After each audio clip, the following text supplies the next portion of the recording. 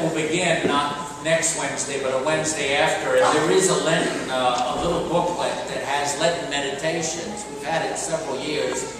It has a daily meditation and a daily scripture. So I find it useful. If you want it, it should be at the doors of the church.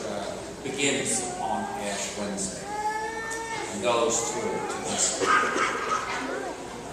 The gospel today is a continuation of last week's reading, and it seems like the way Matthew has put this together, it's getting more and more challenging. Remember chapter 5, this is from chapter 5 of Matthew. He begins by saying he's come not to abolish the law, but to fulfill it. And then he goes and he says, you've heard this, but I say this, you've heard that do not swear falsely, and I say don't swear at all. Let your yes be yes and your no be no. And then picks up today, even more challenging, right? I say, he says, offer no resistance to evil. So when someone strikes you on the right cheek, turn and offer the other one as well. And I say to you, love your enemies and pray for those who persecute you. This is a profoundly disturbing and un-American book. Right? This isn't the way we conduct our affairs, right? Someone's talking bad about us, someone means us harm, a drone attack. Take care of it. And it's humanly speaking, it's extremely hard. I mean, every one of us, or I think most of us, certainly I, but most of us, have been treated unjustly at some time by someone, and we resent it deeply.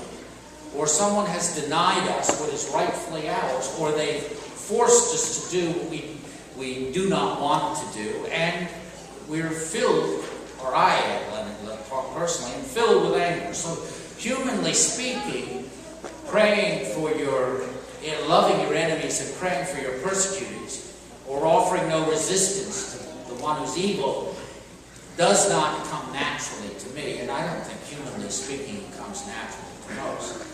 But when Jesus says this, he's not simply saying he embodied it. He made it incarnate by the way he lived, as we all know. When he was slapped, he turned the other cheek. When he was scourged, he bore it. When he was forced to bear his cross, he did indeed. And so on. In other words, God in Jesus Christ embodied exactly.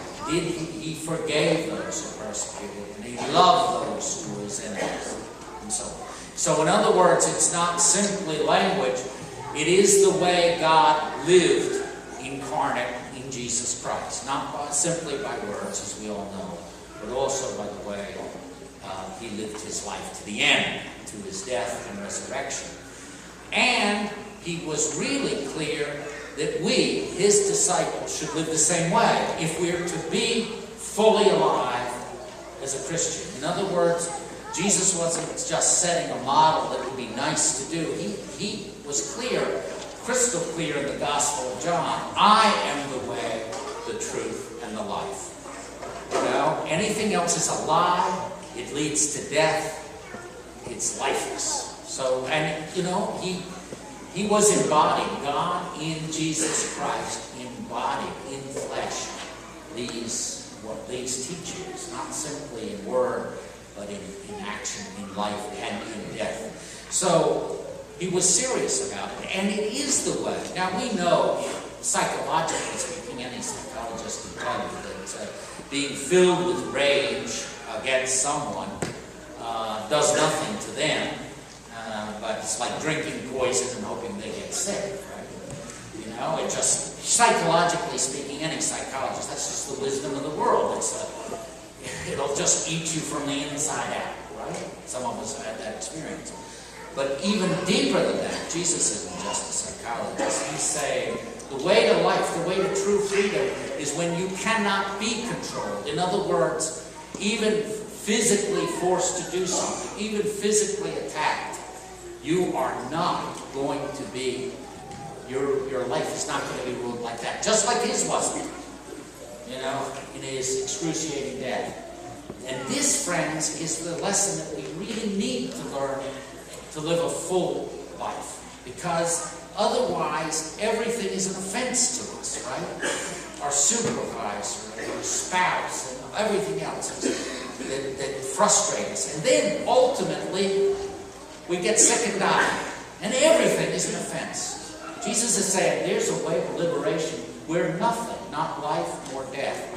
You heard Paul. He says, not the future, not the present or the future, can control you. In other words, you live. So that's the and I know, humanly speaking, it's extraordinarily difficult. But it's the way of life. And we have to begin to take the first steps, or it's just a bunch of words that we hear every 3 years. You won't hear this for another 3 years, unless you read the Bible. So you'll be safe. But this is the real truth.